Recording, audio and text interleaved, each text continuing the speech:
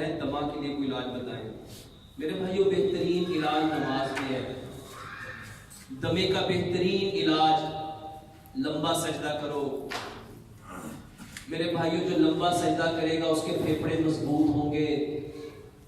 जो लंबा सजदा करेगा उसके फेफड़े 100% काम करेंगे। जो लंबा सजदा करेगा, लोग कहते हैं जनाब दमे वाले मरीज को तो सजदा होता ही नहीं। तो मेरे भाइयों, कोशिश करो, पहले 2, 4, 10 सेकंड के लिए सजदा करवाओ, फिर उसको 5-5 सेकंड बढ़ाते जाओ। सजदे में नबी सल्लल्लाहु अलैहि वसल्लम ने इरशाद फरमाया, अगर लोगों को पता चल जाए सजदे की हालत में क्या मिलता है तो कोई इंसान सर सजदे से उठाए ही ना। इंसान सजदे की हालत में सबसे ज्यादा किसके करीब होता है? अब जो अल्लाह के करीब हो गया उसकी कोई तकलीफ रहने वाली है?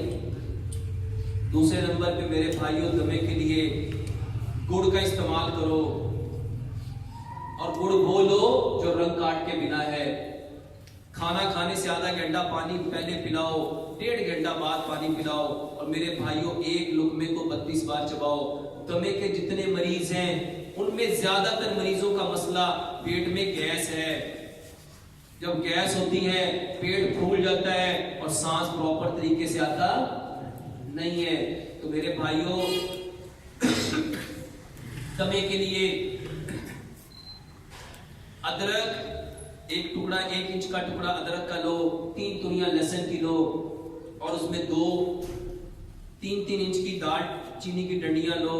2 कप पानी में उसको इतना पकाओ, 1 कप रह जाए उसको छान के उसमें 1 चम्मच गुड़ मिला के वो दो।